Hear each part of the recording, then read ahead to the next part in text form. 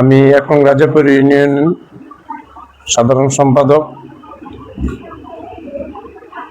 12ই ফেব্রুয়ারি নির্বাচন অনুষ্ঠিত হওয়ার পরে বাংলাদেশ জাতীয়তাবাদী দল যখন সরকার গঠন করে, আমার প্রিয় নেতা তারেক রহমান এবং আমার এই বুড়িচং বামনপাড়ার গণমানুষের নেতা হাজী জসিমউদ্দিন জসিম সাহেব, তাদের মতানৈক্যের বিনিময়ে একটি প্রচার আসছে যে আমরা মাদক নির্মূলের জন্য জিরো টলারেন্সে আসতে চাই।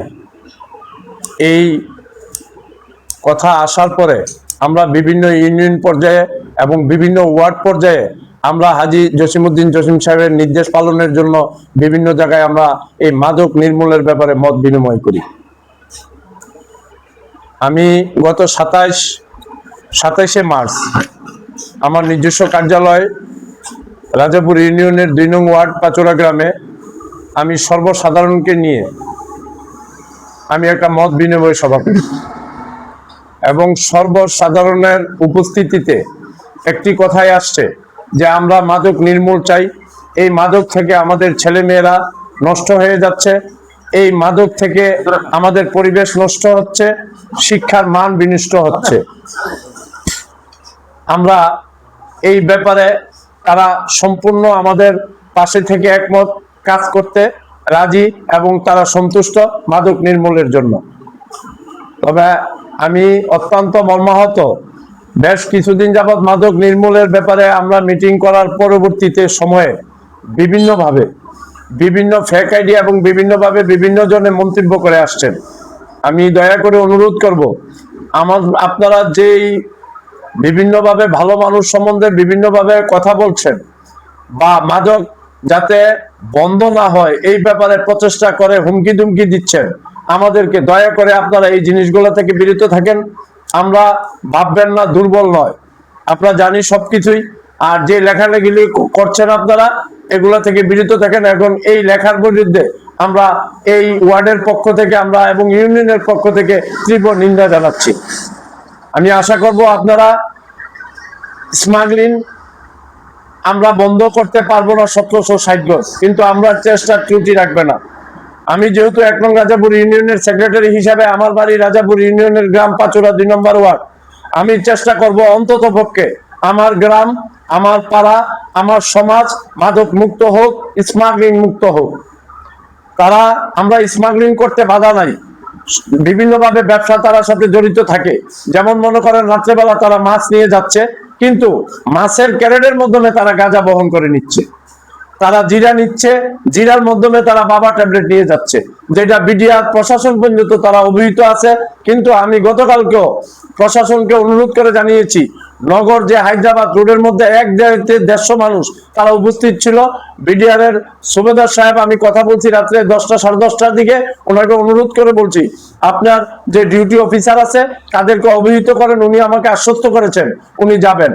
এবং এই নগর রুট থেকে আরম্ভ করে সন্ধ্যার সময় যেভাবে এখন বর্তমানে তারা বাইরে থেকে এসে এই মাদকাসক্ত হচ্ছে, আমি আশা করব প্রশাসনের দৃষ্টি আকর্ষণ করব।